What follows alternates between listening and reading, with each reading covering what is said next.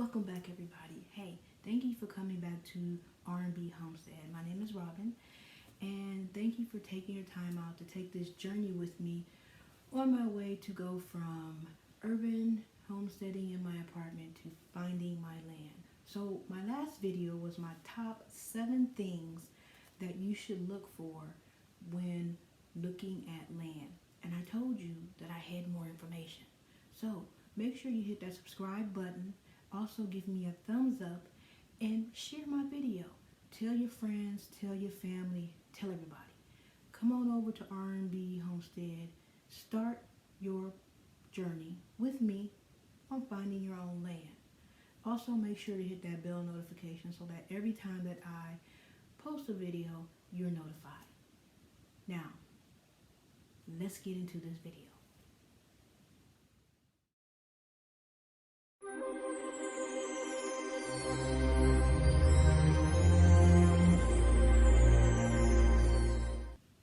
Okay, welcome back.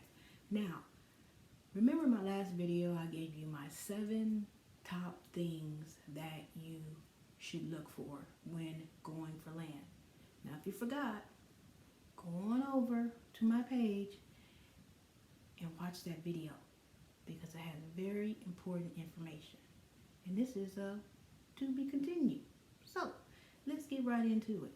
Now, remember what I said before, that you need to do your research. You don't buy the first piece of land that you have, and you definitely want to get a good realtor. So, remember when I told you that I'm having a well dug? Well, what do you do as far as waste? Well, you can either be on city sewer and water, or you can have septic.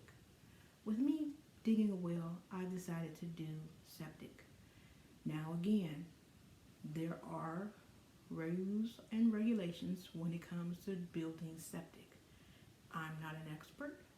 That's why I'll be hiring a builder, because the septic tank, one, has to be a certain size depending on the number of bedrooms in the property, i.e. the number of people who will be there. 2, also it has to be a certain distance away from the home. And 3, it has to be a certain distance away from your water, of course, because you don't want to have seepage. That's nasty, but it's reality. So make sure that if you're going to do septic, that you hire a professional. I know that I want to be self-sustaining, but you have experts for a reason. Like, I wouldn't give myself an eye exam. That's why I go to the eye doctor. And I'm not one to build a septic system. I stay in my lane. I know my strengths and my weaknesses, in building septics is not one of them. So you have to evaluate what your skill sets are. So the next thing is outbuildings. Outbuildings. So what an outbuilding is, it can be a barn, it could be a pen, it could be a warehouse if you have a side business. It can be where you keep your tractor and all your farming and gardening equipment. I plan on having that type of building, not to only hold my equipment, but also if you decide to process your animals and your gardening, you're going to need a freezer and a refrigerator that's big enough to hold all that. It's not going to fit in your house.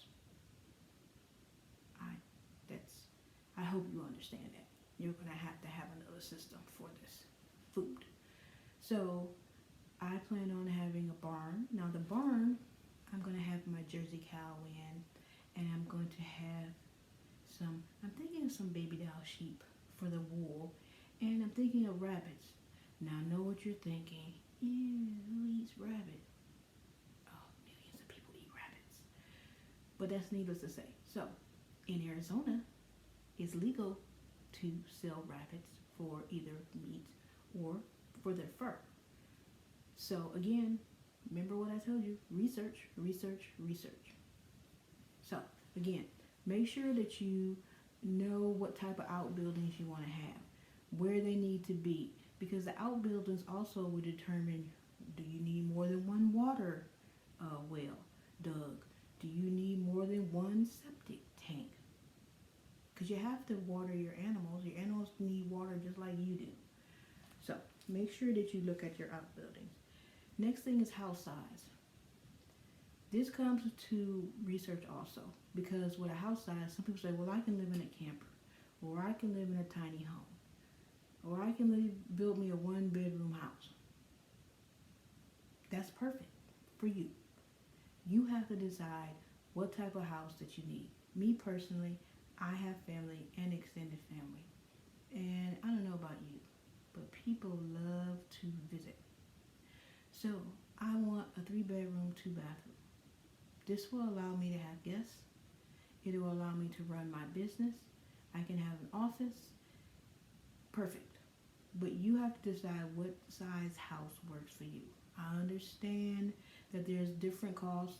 You might want a barndominium, where they, or you may want your house built out. And again, you have to do your research, because depending on where you live, certain materials are more abundant and certain types of houses are more efficient than others.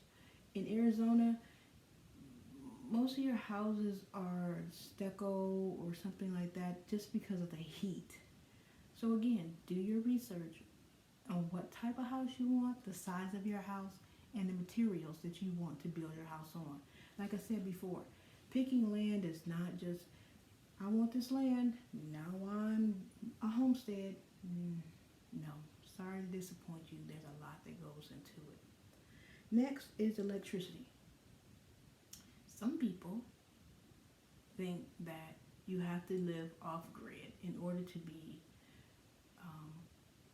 have a homestead. I do not subscribe to that thought process. But again, it's me. I need electricity. One, because I can make videos for you guys and, give you updates, give you information once I get it. And two, I like light. I don't want to be in the dark. Even though I make candles, that doesn't mean I want to live by candles. So there is a cost. One, you have to make sure that electricity is able to be brought to your property. So you have to know where the electricity is. And two, there is a cost to run that electricity.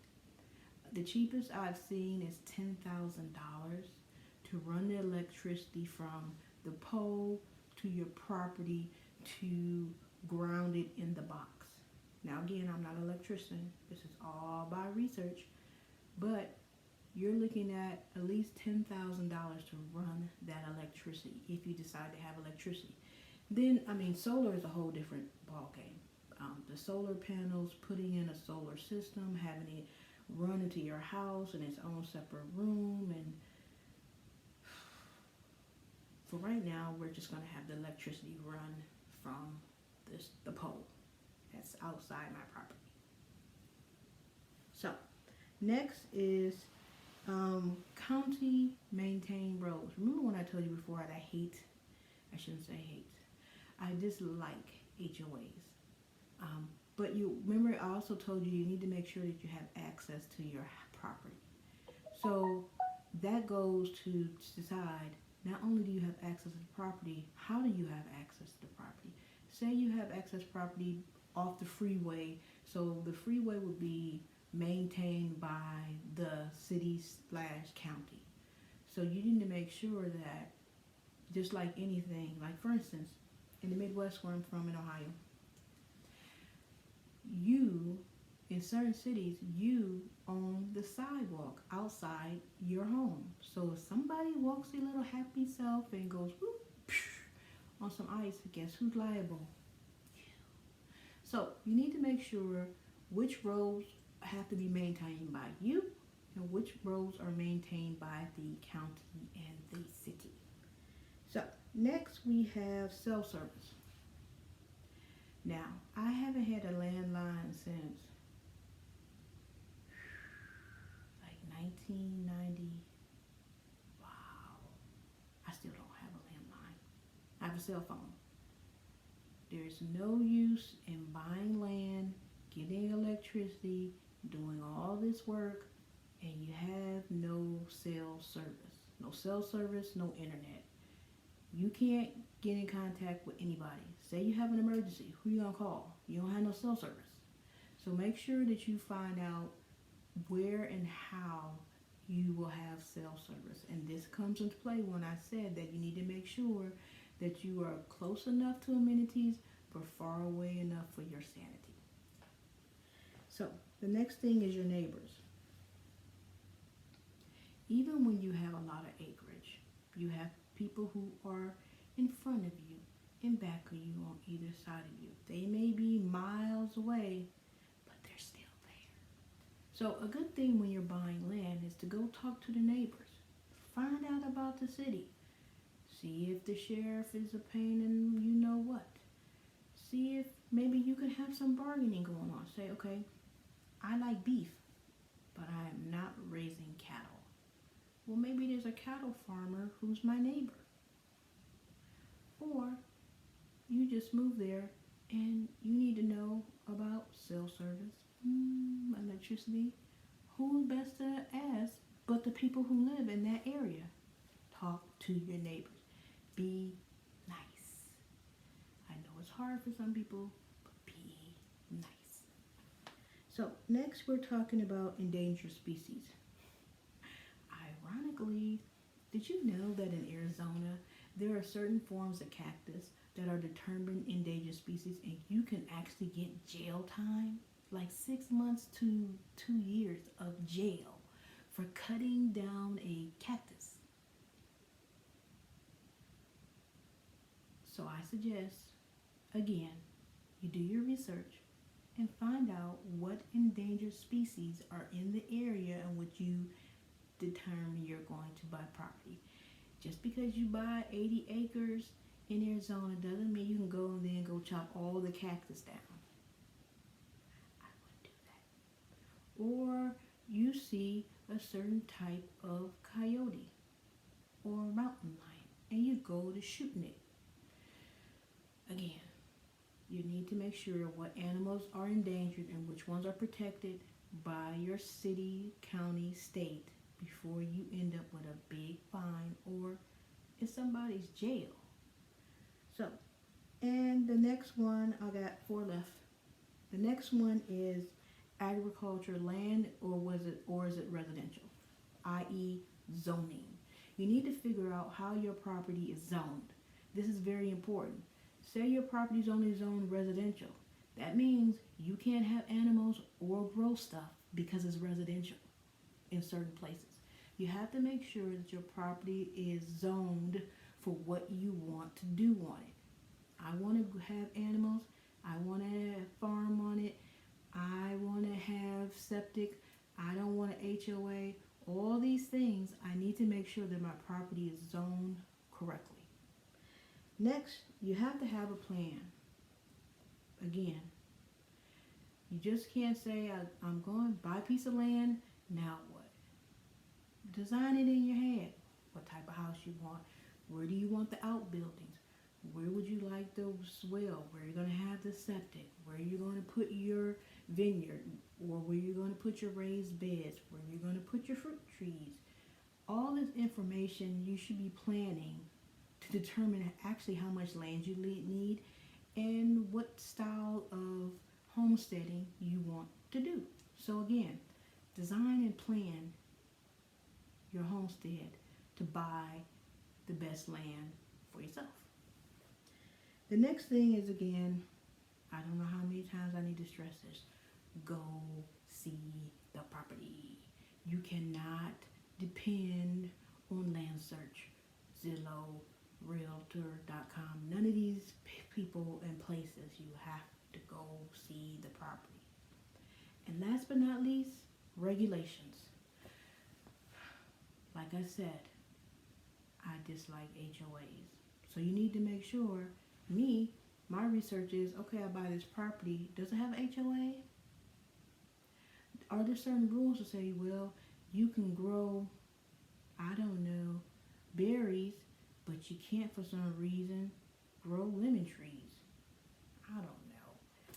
Just make sure that when you're looking at a property that you look at all the rules and regulations that are in the area surrounding the property so then that you don't get caught up loving a property and then end up not getting it because you didn't do your research.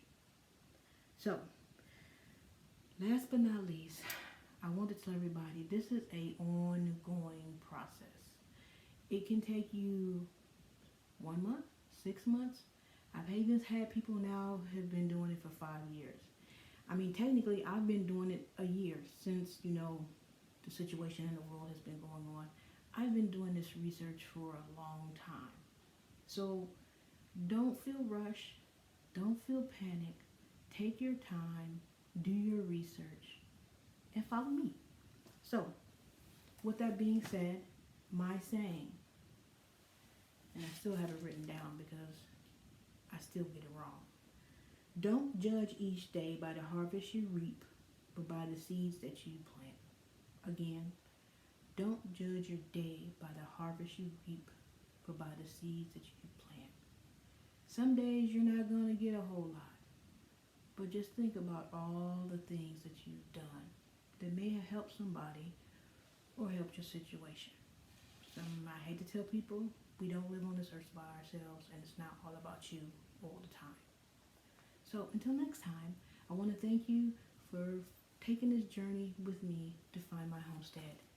And make sure that you hit the subscribe button and the bell notification so every time that I post a video, you guys will know. Until next time.